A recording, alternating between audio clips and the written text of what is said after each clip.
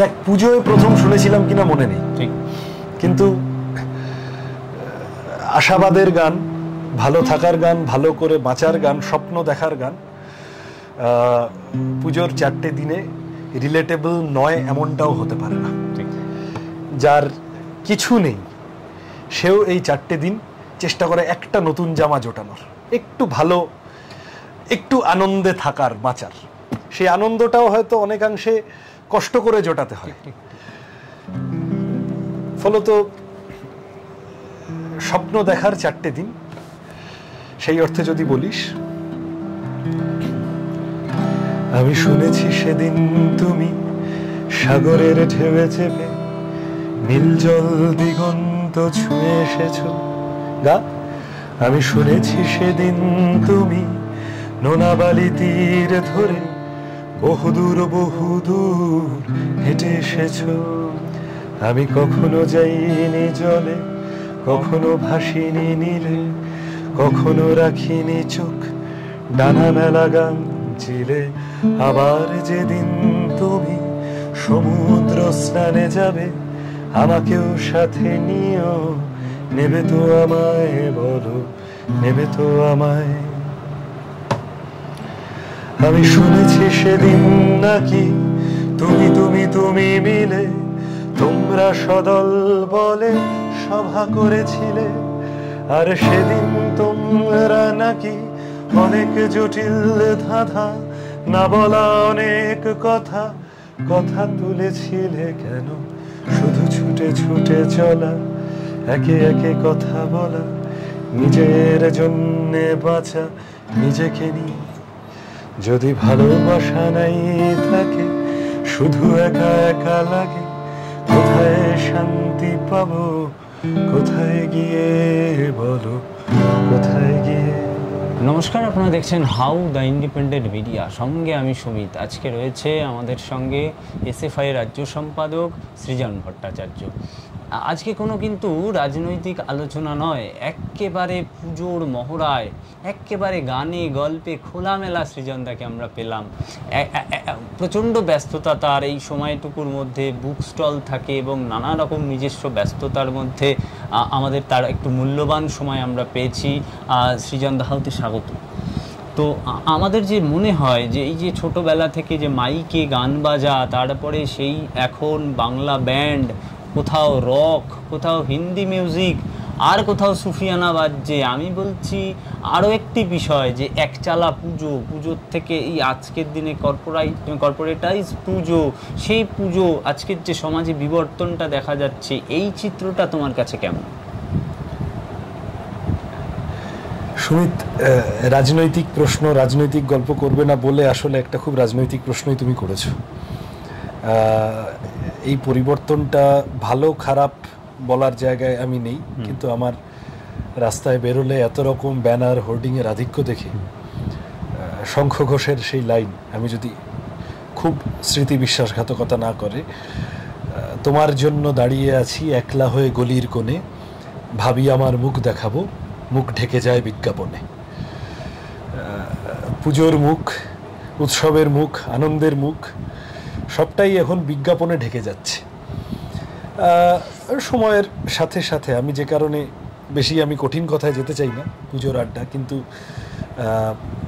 পুজোও তো ভীষণভাবে কর্পোরেট হয়েছে এবং শারদোৎসবের যে সারল্য ছিল, যে স্বতঃস্ফূর্ততা ছিল, আমার ধারণা সেগুলো এখনও আছে। সেগুলো আমি ওই কারণে ভালো খারাপ একটা ভ্যালু জাজমেন্টের জায়গা থেকে বলছি তা না, কিন্তু আর 5টা জিনিসের সাথেই পুজো প্রফিট মেকিংয়ের জায়গা হয়ে দাঁড়িয়েছে। এইটা আমি কেন বললাম রাজনীতির প্রশ্ন তুমি করেছো, তার কারণ পুঁজিবাদের নিয়মই এই, যে কোনো জিনিসকে সে ব্যবহার করবে, যে কোনো এন্টিটিকে সে ব্যবহার করবে আর একটু মুনাফা করে নেওয়ার জন্য, লাভ করে নেওয়ার জন্য। এই যে আমরা এসি খাচ্ছি, হাওয়া বেচলো, বিসলেরি বা কিনলের মাধ্যমে জল বেচলো, বিগ বস বা স্প্লিটসভিলার মাধ্যমে আমাদের ইমোশন বেচলো। খালি কিন্তু গাড়ি বাড়ি বেচছে না, আস্তে আস্তে যে জিনিসগুলো বেচার ছিল না সেইগুলোও বেচছে। দুর্গাপুজোটাও আস্তে আস্তে বেচছে, আমার এখানে এসো, আমার এতগুলো স্পন্সর, আমার এইরকম এইরকম এইরকম। এবং তার সাথে মানে প্র্যাকটিক্যালি ইভেন্ট ম্যানেজমেন্ট কোম্পানিকে দিয়ে তার ভালো খারাপ হয়তো আজকের চল এইটা, 15 বছর আগে একরকম হতো, তারও 15 বছর আগে আরেক রকম হতো, আজ থেকে 15 বছর পরে হয়তো আরও নতুন কিছু ডেভেলপমেন্ট হবে। ফলত আমি ভালো খারাপ বলার জায়গায় সবটা নেই, কিন্তু পুজো বলতে যে স্বতঃস্ফূর্ত সারল্যের জায়গাটা আমরা, বা এইভাবে বলা যেতে পারে যে আমরা যে ইমেজারিগুলো পুজো বলতে আমাদের ছোটবেলায় দেখতাম, আজকে যে বাচ্চা বড় হচ্ছে সে পুজো বলতে ঠিক সেই ইমেজারিগুলোই সে পাবে সেরকমটা নয় আর কি। আমার ছোটবেলায় যেমন, আমি জানি না এখন তো খুব ক্যাপ বন্দুকের আধিক্য দেখি না, আমি জানি না বা খুব পাওয়া যায় কি না, খুব শুনি না, বা পুজোর গান বলতে সকালবেলা মাইকে ভেসে আসতো পাড়ায় পুজোর গান, পুজোয় নতুন শুধু মানে পুজো উপলক্ষে বিক্রি হতো, অ্যালবাম রিলিজ হতো। এখন তো যাই হোক ইপি এলপি ওই তোমার সিঙ্গলসের সময় এসে গেছে, পুজোর গান আস্তে আস্তে তার চলন পাল্টেছে, এরকম অনেক জিনিস। আবার নতুন এমন অনেক কিছু এসেছে, মাল্টিপ্লেক্সে শহরে আমি দেখি পুজোর সময় কোন সিনেমা বেরোলো সেটা দেখার ভিড়। এইটা আমরা যখন বড় হচ্ছি পুজোয় কোনো একটা নতুন সিনেমা আসবে আর সেইটা আমরা সবাই পালে পালে শপিং মলে দেখতে যাব, এইটা ততটা আমাদের ছোটোবেলায় ছিল না, কারণ শপিং মল ব্যাপারটাই সেই অর্থে ছিল না। ফলত এই ওঠাপড়াগুলো লেগে থাকে, আছে, আসবে। তার মধ্যেই আমার ধারণা প্রতিটি প্রজন্ম নিজের মতো করে আনন্দ করার উপাদান খুঁজে পাবে। একেবারেই, যেহেতু একেবারে সন্ধেবেলায় একদম সেই আবেশেই আমরা বসে রয়েছি, পুজোর আবেশ, আমি বলছি যে শৈশব টান দেয় আজকের দিনেও, যেটা আজকে পাওয়া যাচ্ছে না বা মনে হচ্ছে সেই দিনটা কোনোভাবে আঙ্গিকগতভাবে আলাদা। আমি বলছি সেরকম কোনো স্মৃতি আমাদেরকে যদি একটু শেয়ার করো। স্মৃতি মানে এই বছর আমার একটু পুজোয় বাড়তি মন খারাপ, কারণ আমাদের একটা বন্ধুদের গ্রুপ, ছোটবেলা স্কুলের বন্ধুদের গ্রুপ, তোমারও আছে, সকলেরই থাকে, অধিকাংশ মানুষেরই। তো সেই গ্রুপটার আমাদের অনেক বছর পর্যন্ত আমরা এটা মেনটেন করতে পেরেছিলাম যে যে যেখানে থাকি না কেন, যে যে অবস্থায় থাকি, স্কুলের পরে তো আস্তে আস্তে উচ্চশিক্ষায় গেলেই এক ধরনের প্রথম বিছড়ে যাওয়াটা শুরু হয়, তারপরে কাজের জগৎ যে যার মতো, আলটিমেটলি হোয়াটসঅ্যাপে যেটুকু যোগাযোগ ওইটুকুই।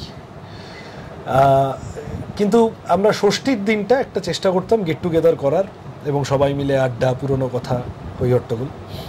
এই বছর ঘটনাচক্রে আমি আর একজন কি দুজন ছাড়া কেউ কলকাতায় নেই। আমি পুজোর সময়টা খুব একটা কলকাতা ছেড়ে বেরোই না, বেরোতে চাই না। ফলত এইবারে আমাদের আড্ডাটা হচ্ছে না, এবং এইবারের পুজোটা যেহেতু ওই আড্ডাটা হচ্ছে না, এইবারের পুজোটায় আমার একটু বেশি মনে হচ্ছে যেন একটু বেশি বড় হয়ে গেছি। এতটা বড় হয়তো না হলেও চলতো মনে হচ্ছে। ফলত সেই আড্ডাটা একটা ডেফিনেটলি পুজোর সাথে ভীষণভাবে রিলেট করানোর বিষয়। আমি যে স্কুলে পড়তাম সেই স্কুলের ঠিক পাশে একটি অত্যন্ত নামকরা পুজো ছিল, এবং মানে আছে আর কি, সেইখানে সব গোটা দুনিয়ার যে যেখানে থাকুক না কেন পুজোর ওই সময়টা ওইখানে গিয়ে সব বন্ধুদের রিউনিয়ন, বেড়ানো, খেতে যাওয়া, একটু প্রেম, একটু খেলাধুলো, বুক স্টল, পরবর্তীকালে যখন এসএফআই ইত্যাদি করতে এসেছি, ঘটনাচক্রে যে বুক স্টলটায় আমরা সবাই মিলে বসি, বা আমি ছোট থেকে যে বুক স্টলটার সাথে জড়িত ছিলাম কলকাতায় গোলপার্ক চত্বরে, আমাদের একজন অভিভাবক, এই আজকে আমি তোমার সাথে কথা বলছি ষষ্ঠীর দিন, পঞ্চমীর দিন হঠাৎ মারা গিয়েছেন। ফলত আমরা সবাই মিলে ঠিক করেছি যে এবার বুক স্টলটা থাকবো না, করবো না আমরা। তো এইবারের পুজো সেই অর্থে আমার কতগুলো মিসিং আছে, যেগুলো অন্যান্য বছর টাটকা স্মৃতি হয়ে আসে, এই বছর সেই স্মৃতিগুলোকে সম্বল করেই পুজোটা কাটবে। একেবারে তাই। এই যে প্রেমের কথা উঠলো, আমি বলছি প্রেম কি জীবনে একবারই এসেছিল না একাধিকবার? বিপজ্জনক প্রশ্নের দিকে যাচ্ছে। না, প্রেম একাধিকবার জীবনে এসেছে। ওই তো শাহরুখ খান তো কুছ কুছ হোতা হ্যায় তো বলেছিল কি হাম একবার জিতে হ্যায়, মারতে হ্যায়, প্যার করতে হ্যায়, ইত্যাদি ইত্যাদি। তো নিজেই তো সিনেমার শেষে আরেকবার প্রেম করে ইত্যাদি করে ফেললো। তো ফলত প্রেম একাধিকবার জীবনে এসেছে, অবশ্যই তার তো অনুভূতির মানে আমি বলছি ইন্টেন্সিটির তারতম্য থাকে, এবং প্রতিটি প্রেমই আসলে এক একটি স্টেশন, যা তোমাকে যখন তুমি ছেড়ে চলে যাবে তোমাকে আসলে আরেকটু আরেকটু বড় করে দিয়ে যাবে, আরেকটু যা যা তুমি জানতে না, যা যা তুমি বুঝতে না মানুষ সম্পর্কে, অনুভূতির বিভিন্ন স্তর সম্পর্কে, সেইগুলো সম্পর্কে তোমাকে জানান দিয়ে যাবে। ফলত একাধিক প্রেম এসেছে জীবনে, এবং সেই একাধিক প্রেম থেকে আস্তে আস্তে আস্তে আস্তে সুখস্মৃতিগুলো নিয়েই বড় হয়েছি। ঠিক, পুজোর মধ্যেও তার মানে পুজোতেও প্রেমের যথেষ্ট অবদান, বা সেই প্রেমগুলোর মধ্যে পুজোরও যথেষ্ট অবদান আছে। ঠিক, একেবারে ওই সেই ভোরবেলা শিউলি মাখা গন্ধ, ফুলের গন্ধ পাশ থেকে কুড়িয়ে তোলা, আমি বলছি সেই যে একটা ছায়াপথ, সেই রেখা টানা, একটা দাড়ি টানা কোথাও যেন এটা যেন আবদ্ধ করছে। আমি বলছি কি শহরের গন্ধটা, পুজোর গন্ধটা কি ধীরে ধীরে আমার মনে হচ্ছে, এটা কি হচ্ছে, এটা কি তোমারও মনে হচ্ছে যে একটু শহরের গন্ধটা বেশ ঝাঁঝালো হচ্ছে? মানে একটু শহরের বাইরেটা বেশি টানা উচিত বলে মনে হচ্ছে? শহরের গন্ধটা ঝাঁঝালো হচ্ছে, আমি তো ওইটাই বললাম যে আমরা ছোটবেলাতেও শহরের পুজো বলতেও আমরা যা বুঝতাম সেটারও চেহারাটা খানিকটা পাল্টেছে। শহরের পাড়ার পুজোগুলো তার জৌলুস একরকম ছিল, আজকে দাঁড়িয়ে আরেক রকম। তুমি প্রথম যে কথাটা বলে শুরু করলে যে খানিকটা কর্পোরেট হয়ে যাচ্ছে, পুজোটাও একটা ইভেন্ট হয়ে যাচ্ছে আস্তে আস্তে, পুজো এবং পুজো জনিত বাকি সমস্তটা। ফলত পরিবর্তিত তো হচ্ছে, কিন্তু এখন দেখো জীবন পরিবর্তনশীল, তুমি এটা নিয়ে কমপ্লেন করে লাভ নেই। বিভিন্ন সময় কখনো মানুষ বেল বটম পরতো, আবার কখনো হচ্ছে যে ওই তোমার একদম কি বলে স্লিম ফিট ছুচলো, কখনো মানুষ হচ্ছে যে লম্বা চুল রাখতো, তারপরে আবার কখনো স্টাইল এলো যে দাড়ি রাখবে, কখনো দাড়ি ছাড়া, এসব তো আসে যায়। আমার ছোটবেলায় বাংলা ব্যান্ড যে বিপুল প্রভাব বিস্তার করেছিল আমাদের জীবনে, আমরা সবাই কেউ না কেউ বড় হয়ে ভূমি, ক্যাকটাস, চন্দ্রবিন্দু, ফসিলস তৈরি করতে চেয়েছিলাম। এখনও সেই বাংলা ব্যান্ডের উপস্থিতি আছে, কিন্তু একটু অন্যরকমভাবে হয়তো। সেই আজকে দাঁড়িয়ে কোনো একজন ক্লাস 8, 9 বা 7 হয়তো চট করে আমরা যে পরিমাণ উদ্বেল হই, আবার তারা যেগুলো নিয়ে উদ্বেল হয়, তারা যেগুলো উত্তেজিত হয়, প্রতিটি জেনারেশনের আসলে নিজস্ব ল্যাঙ্গুয়েজ থাকে এবং নিজস্ব প্রকাশভঙ্গি থাকে, নিজস্ব কি বলবো কতগুলো শব্দ, কতগুলো সিগনেচার টোন থাকে প্রতিটি জেনারেশনে। ফলত সেইটা ঠিক ঝাঁঝালো বেশি হচ্ছে, কম হচ্ছে, আগেরটা ভালো ছিল এখনেরটা খারাপ, এই বলে এরকম করার খুব মানে আমি বুঝি না। বরং অ্যাডাপ্ট করতে করতে যাওয়াটাই জীবনের নিয়ম। ওই যে শিউলির রেখা, ওই যে ছায়াবিথিপথ ইত্যাদি তুমি বললে, আমার মাঝে মধ্যে এখন অনেক সময় মনে হয় যে একটু কলকাতা থেকে বেরোই ছুটে একদিন, কখনো একটু গ্রামের পুজো, একটু একচালা বাড়ির পুজো, একটু পুরনো বনেদি বাড়ির পুজো, গ্রামে যা হয় এবং তার যেরকম সেই অবকাশও থাকে, কখনো কখনো যাইও, এবারও হয়তো একবার দুবার যাব। কিন্তু মোটের উপরে কলকাতা ছেড়ে, মানে এই যে একদল হন না অনেক সময় যে সপ্তমীর দিন টিকিট কেটে ফেলেন পুরীর বা দার্জিলিংয়ের বা দীঘার বা অন্য কোথাও, সেইটা আমি সাধারণভাবে করি না। এই 4টে দিন অন্যরকমভাবে 4-5টা সেজে থাকে, সেটার আমেজ যতটা নেওয়ার চেষ্টা করা যায়। ঠিক। তো আমরা যদি একটু তোমার লেখা গানের দিকে যদি নজর দিই, তার থেকে কি গানে গানে কিছু শোনানো যায় মানে আমাদের দর্শক? হ্যাঁ, নিজের লেখা গান শোনানো সবসময় সেফ, কারণ আমারই কপিরাইট, আমারই সৃষ্টি, আমার লেখা, আমার সুর, আমি সুর ভুল করলে কে কি বলবে।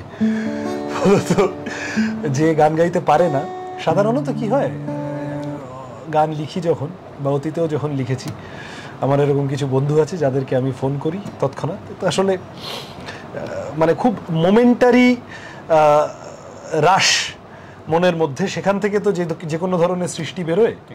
আমি জানি না, নিশ্চয়ই তুমি এরকম কাউকে পাবে না যিনি 6 দিন ধরে বাজার করার ফাঁকে বসে সিদ্ধান্ত নিয়ে ঠান্ডা মাথায় এখন আমি 5টা লাইন লিখব বলে যিনি কবিতা লিখেছেন। আমার ধারণা এভাবে হয় না। যে কোনো সৃষ্টিশীল কাজই ওইটা তোমার এটা মনের মধ্যে আসে, এবং যখন আসে তোমায় তখন সেটা বার করে দিতে হবে আর কি। তো আমি যেটা করি সাধারণত ঝটঝট ঝটঝট করে লিখে ফেলে তারপরে ফোন করে কোনো বন্ধুকে যে হয়তো একটু গাইতে পারে তাকে খুব স্কেলিটানটা শোনালাম যে এইরকম খাঁচা ভাবছি সুরের। সে আমাকে যৎপরনাস্তি গালিগালাজ করলো যে তোর দ্বারা কিচ্ছু হবে না, তুই কিছু গান গাইতে পারিস না, কোনো সুর কি বোঝালি আমি বুঝলাম না, বলে সে একটা সুরের ধাঁচা দেওয়ার চেষ্টা করে। এই গানটাও সেই রকমই, একটা খুব রাফ কাঁচা রেকর্ডিং একটা হয়েছে কয়েকদিন আগে। এই গানটা প্রেমের গান, এবং প্রেম মানে ডুয়ার্সে ডায়ানা বলে একটা নদী আছে। তুমি যদি কখনো এই এখন সব তিস্তার বন্যায় সব ভেসে গেল, তুমি যদি কখনো সেবকের দিকে আসো, ওই রাস্তাটা হয়ে শিলিগুড়ির দিকে আসো ট্রেনে করে, তুমি ডায়ানা নদীর উপর দিয়ে আসবে। এবং মানে ওই যে রাত আমাদের দুপুরবেলার ট্রেনটা তিস্তা তোরসা সম্ভবত, এবং ডায়ানার পাশে ধরে নাও তুমি একটা ছোট্ট গ্রাম, পাহাড়ের ওই ডুয়ার্সের মানুষজন থাকেন। সেই গ্রামে খানিকটা পিছিয়ে পড়া, পিছিয়ে রাখা সমাজ, প্রকাশ্যে প্রেম করা নিয়ে গোলমাল আছে, কিছু নিষেধ আছে, বারণ আছে। সেখানে একটা ছেলে আর একটা মেয়ে হঠাৎ প্রেমে পড়ে গেছে, এবং তারা জানে যে তাদের এই প্রেমটা সমাজ স্বীকার করবে না, স্বীকৃতি দেবে না। সেই পরিস্থিতিতে তারা তাদেরকে নিয়ে একটা গান।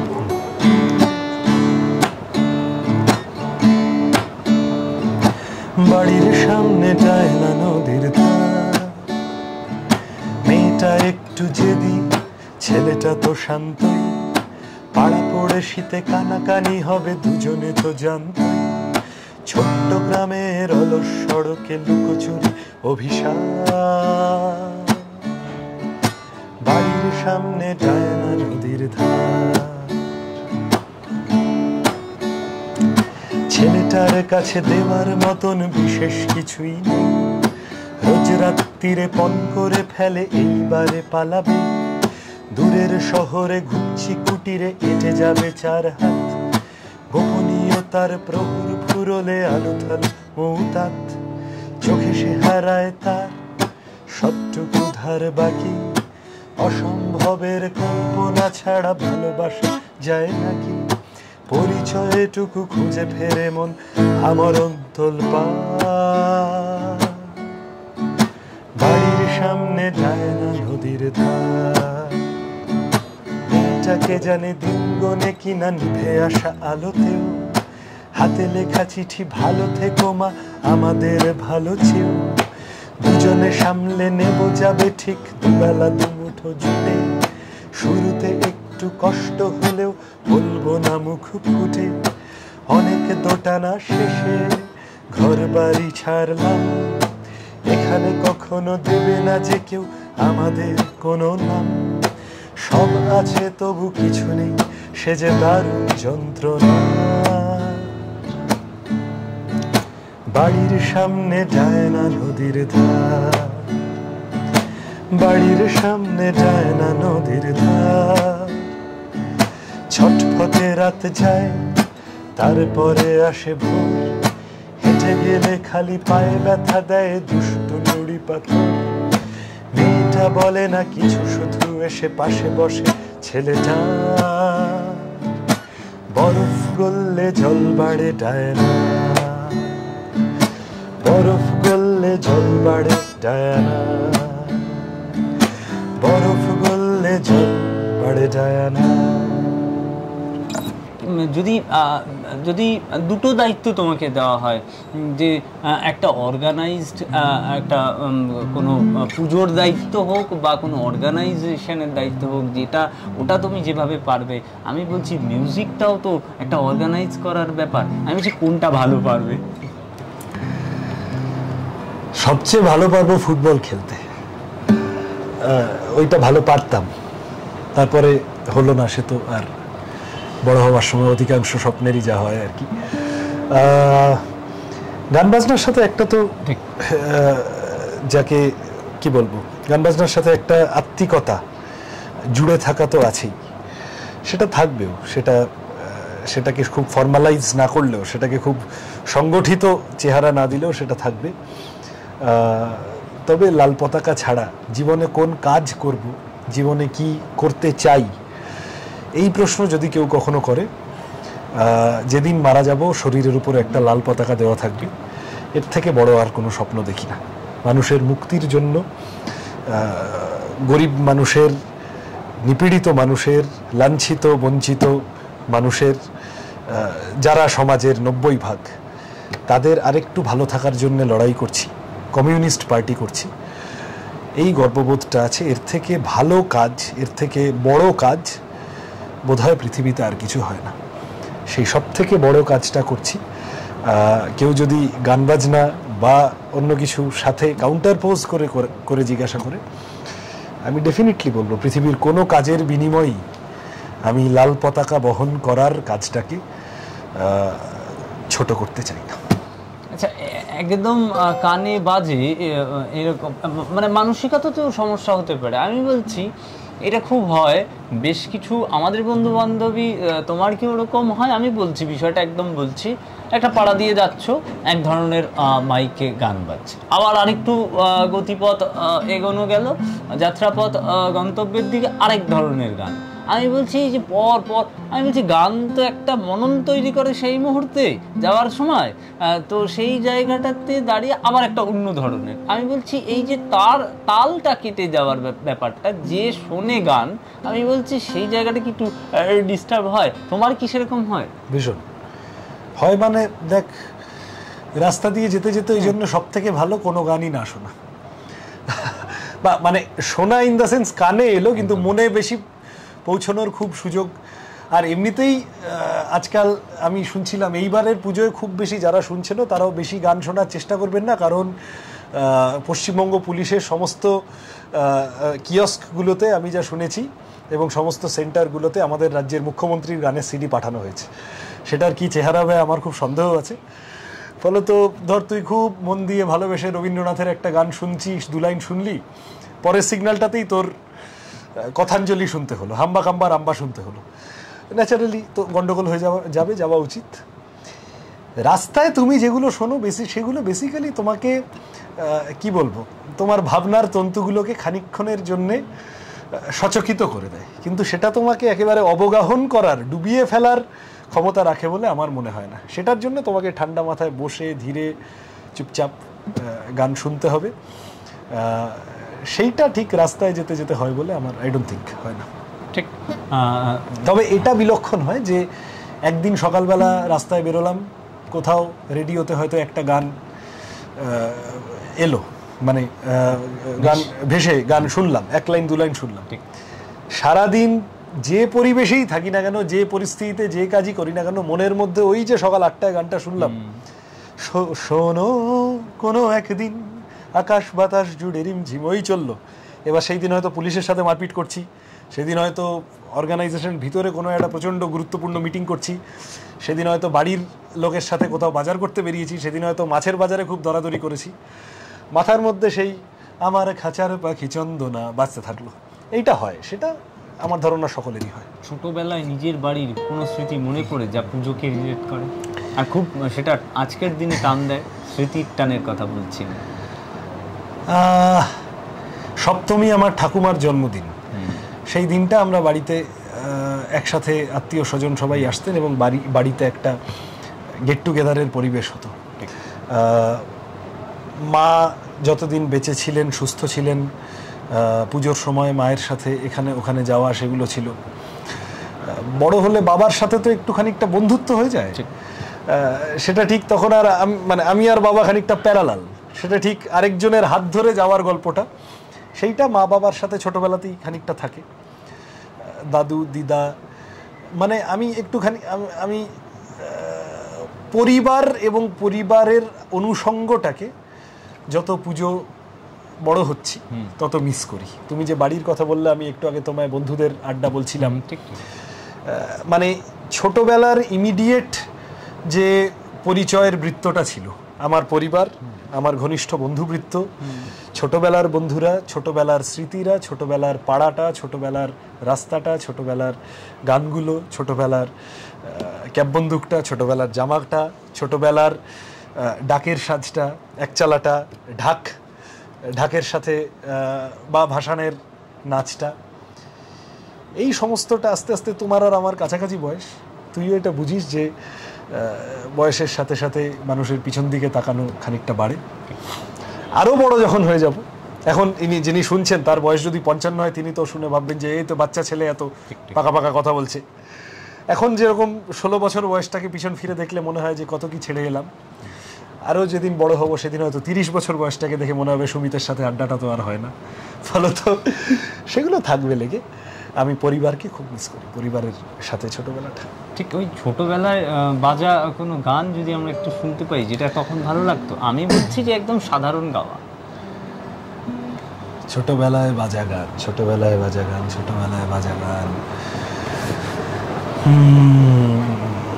কি করা যায়, কি করা যায়, কি করা যায়?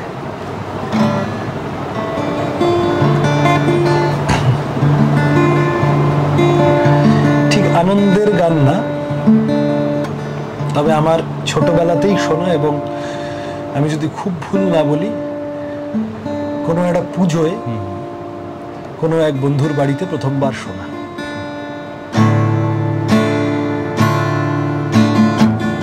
একটু অনামি গান গাইছি, হ্যাঁ, মানে ঠিক সারাক্ষণ টিভি খুললে রেডিও খুললে ঢিকচিক ঢিকচিক বাজে এইরকম গান গাইছি না।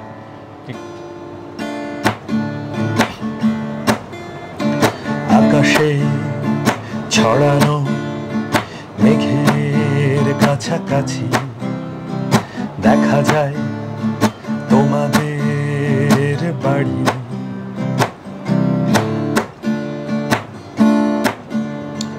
আকাশে ছড়ানো মেঘের কাছাকাছি দেখা যায় তোমাদের বাড়ি, আকাশে ছড়ানো মেঘের কাছাকাছি দেখা যায় তোমাদের বাড়ি, তার নীল দেয়াল যেন স্বপ্ন বেলোয়ারি, তার কাছে দেয়াল যেন স্বপ্ন বেলোয়ারি, সেই বাড়ির নেই ঠিকানা, অজানা লাল সুরকির পথ শুনতে দেয় পারি।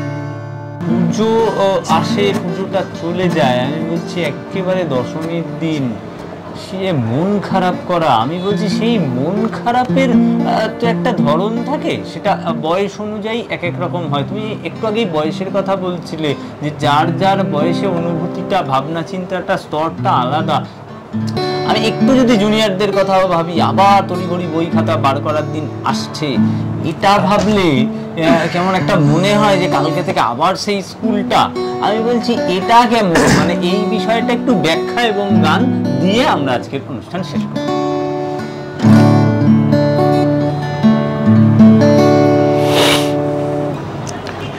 এক হচ্ছে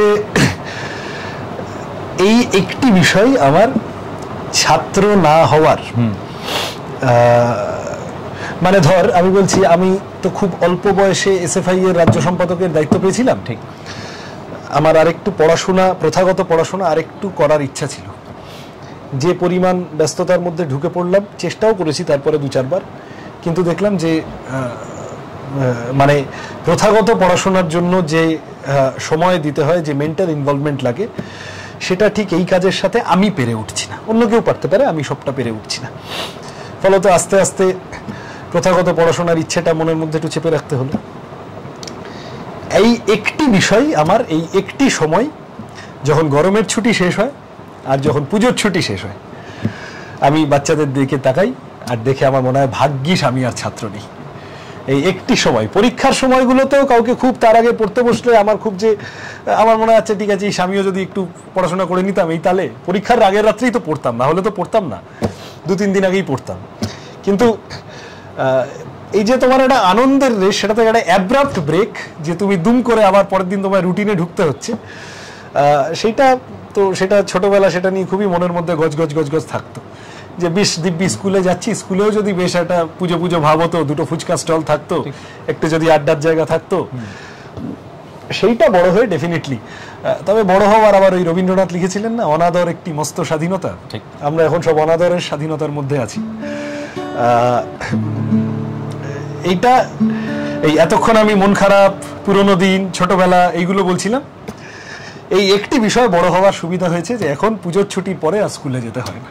তবে যাদের এগুলো করতে হচ্ছে তাদের খালি এইটুকু বলবো যে বাবা স্কুলে যেতে হবে, আবার স্কুল থেকে বেরোতেও হবে, রোজই স্কুল ছুটি হবে, আবার পরের দিন স্কুল হবে। একদিন স্কুল পুরোপুরি ছুটি হয়ে গেলে তখন স্কুলটাকে মিসও করবে। হোয়াট এভার ইট ইজ, মনের জানলাগুলো খোলা রাখা দরকার। এবং আমরা আজকে একটা জানলার গান দিয়ে আলোচনাটা, আড্ডাটা শেষ করি। আমার জানলা দিয়ে একটুখানি আকাশ দেখা যায়, একটু বর্ষা, একটু গ্রীষ্ম, একটুখানি শীত।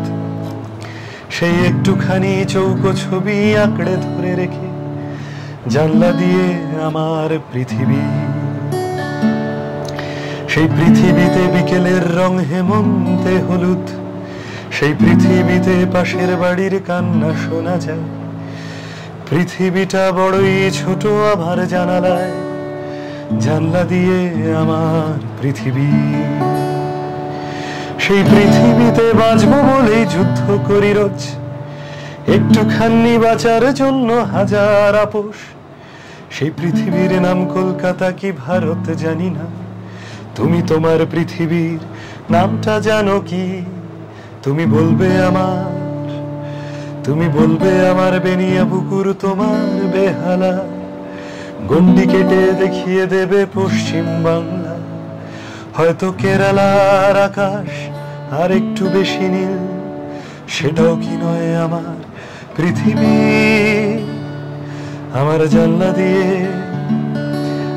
জানলা দিয়ে যায় না দেখা ইসলামাবাদ, শুধু দেখি আমি রোজ আমার পাশের বাড়ির ছাদ। একটা হলদে শাড়ি শুকোচ্ছে আজ মোজার রংটা নীল। আজ পৃথিবীটা বড়ই রঙিন। সকলের পৃথিবী রঙিন হোক। পুজোয় যাদের দুনিয়াটা অত রঙিন থাকে না, তাদেরও আগামী দিনগুলো রঙিন করার জন্যই আমি আপনি সবাই বাঁচি। সকলের পুজো ভালো কাটুক।